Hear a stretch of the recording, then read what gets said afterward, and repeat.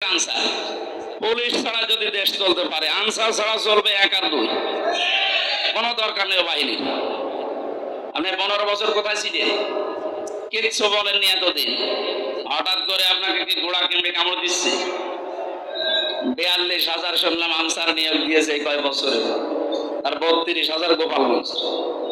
আমরা যে 63টা জেলা এখনো আছি, আমরা কি ঘাস কাটছি? সুতরাং এগুলো যে কি আমরা বুঝে ফেলেছি, জাতির লোক জানে। সুতরাং এদেরকে আপনি বিলুপ্ত ঘোষণা করে দিন, কোনো দরকার নেই। আগে বিভিন্ন অনুষ্ঠানে বলতাম, সামনে বসা মুসলমান ভাইরা, পর্দার আড়ালের মা ও বোনেরা, প্রশাসনের ভাইরা। এখন আর প্রশাসনের ভাইরা বলি না, কারণ ও ছাতা না থাকলেও আমাদের অনুষ্ঠানে আর সমস্যা। প্রশাসন না থাকলে যদি সমস্যা না হয়, কালকে সিটে আমার মনে হয় কোন জায়গায় মধুখালী ওসি সাহেব দেখে আমার মামে বসা।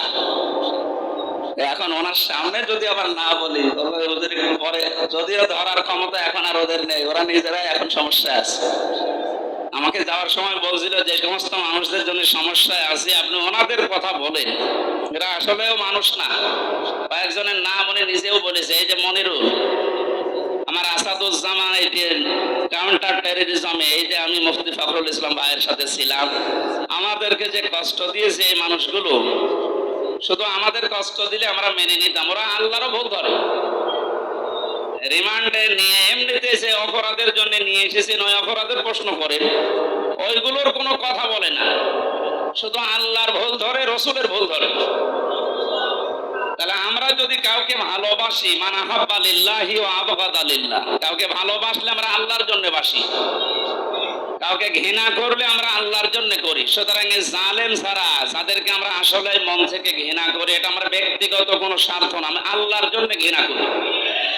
যাদেরকে আমরা ঘৃণা করছি, মানুষগুলোর সব একটু পেছনে একটু নজর করে দেখলে দেখবেন আসলে এরা ঘৃণিত। এরা যে ঘৃণিত পাত্র, তার এই বাস্তব প্রমাণ দেখতে পাচ্ছে এই যে কালামানিককে দিয়ে। মানে সেই নিচের কথা বলতে নেই, ওর লজ্জাস্থান উড়ে গেছে। পৃথিবীর ইতিহাসে এত অপমান আমার মনে হয় কেউ হয়েছে বলে আমি শুনিনি। আমার তো আল্লাহর কাছে শুকরিয়া যে 15.5 বছরে এদেশের মুসলমানেরা যত অত্যাচার নির্যাতনের শিকার হয়েছে, আর যদি আল্লাহ কিছু নাও করে, কালামানিক রে আল্লাহ যা করেছে আলহামদুলিল্লাহ, এর চাইতে আর শুকরিয়া বা খুশি হওয়ার আমার আর কিছু নেই জীবনে। আমি বহু খুশি হয়েছি এই লোকটাকে। দ্বিতীয় নম্বরে আমি আনন্দ পেয়েছি, যদিও আনন্দ পাওয়া ঠিক না, আমার এই কুষ্টিয়ার এই যার জন্য পরিচয় দিতে পারতাম না, এই ইনু, এই যেদিন লাঠি খেয়েছে, একটা না ওরা 10টা লাঠি দেওয়ার দরকার। এই 3-4 দিন আগে আমার মামলা সবগুলো মিটে গেছে। আদালত আমি দেখলাম আমার সামনে, আদালত ওগুলো দেখার পরে বলছে মামলা কি দিয়ে বিচার করব, এর ভেতরে তো কোনো মাল নেই। আমি কিছু লিখবো, কি দিয়ে লিখবো, ফেলে দিবে। তার মানে যে কয়জন ছিলাম সবগুলোকে একেবারে বেকসুর খালাস দিয়েছে। আমি মনে করলাম জিজ্ঞাসা করে মাননীয় আদালত, আমি যে 3টা বছর জেলে কাটালাম, এখন আপনি প্রমাণ করলেন যে আমার কোনো দোষ নেই। আমার মোবাইল থেকে শুরু করে আমার গ্রামের বাড়ি পর্যন্ত 3.5 বছর তন্ন তন্ন করে দেখেছেন, যে মামলা দিয়েছেন ওর সাথে কোনো সম্পর্ক আমার নেই। আমি নির্দোষ, বিনা কারণে একটা নির্দোষ মানুষকে যে কষ্ট দিল, আমার মামলার আয়ু থেকে শুরু করে উপরের নির্দেশে নাকি এই মামলা জামিন হতো না। যারা এর সাথে জড়িত আমরা প্রত্যেককে এইভাবে শাস্তিতে দেখতে চাই, শুধু আমি একা না। সারা বাংলাদেশে প্রায় 1 লাখের উপরে মানুষ এখনো জেল খাটে। এর ভেতরে আমার মনে হয় 35-40 হাজার মানুষ কিচ্ছু জানে না। আমি তো কাশেমপুরে ছিলাম, এখানেও তো মাঝে মাঝে দেখতাম অনেকে কিছুই জানে না। এই মানুষগুলো হয়তো 2 বছর, 5 বছর, 7 বছর, 10 বছর পরে বের হবে, এদেরও বেকসুর খালাস দেওয়া হবে কোনো অপরাধ না পেয়ে। 10টা বছর লস করলেন, আপনি নষ্ট করে দিলেন।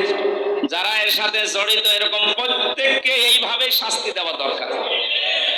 আমরা বেশি চাচ্ছি না, ওই না করতুম ফাকিবু বিমিসলি মা উকিবতুম বি, যতটুকু করেছেন আমরা অতটুকু চাই। এতটুকু করলেও আপনি বাঁচবেন না।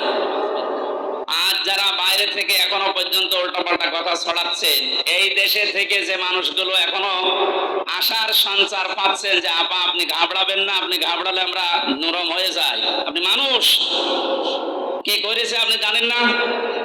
বাংলাদেশের 18 কোটি মানুষ যদি মাফ করে দেয় এই জালেমদের, ব্যারিস্টার আরমানের বউ জীবনও মাফ করবে না।